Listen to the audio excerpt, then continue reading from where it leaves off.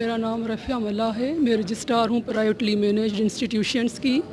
और अदा रऊफ़ चांडियो जो फ्री जर्नलिस्ट फाउंडेशन के रूह रहाँ हैं, चेयरमैन हैं, एंकर हैं, एनालिस्ट हैं और अच्छे से इंटेलेक्चुअल हैं। उसने ये मुआशरे में एक तब्दीली लाने के लिए एक औरतें जो उसकी माएँ बहनें बेटियों की तरह हैं, उनको एक प्रोमोट करने के लिए एक ये प्लेटफॉर्म ख़वातीन के आलमी दिन के लिहाज से गुज़श्ता 6 सालों से प्रोवाइड करते हुए आ रहे हैं, ताकि औरतों को it's sort of booster dose के आगे जितने भी वो काम करती हैं तो इस तरह से और भी अच्छे नमूने से उनको हिम्मत अफजाई हो और ज़्यादा अपना नुमायाँ कारकर्दगी के साथ काम और स्ट्रगल करती रहें।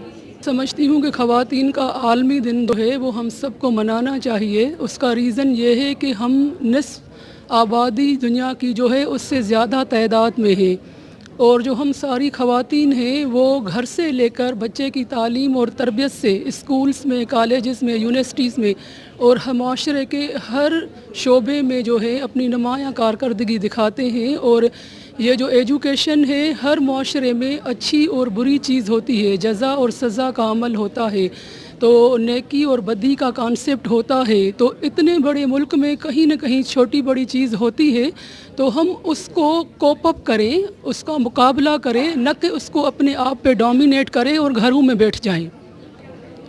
देखें, जो भी बच्चा सही पढ़ता है, सही लिखता है, मुआशरा उसको हाथों हाथ उठा लेता है, क्योंकि मार्केट में स्किल्ड और प्रोफेशनल और वेल डिसिप्लिन्ड, वेल एजुकेटेड लोगों की अभी भी कमी है।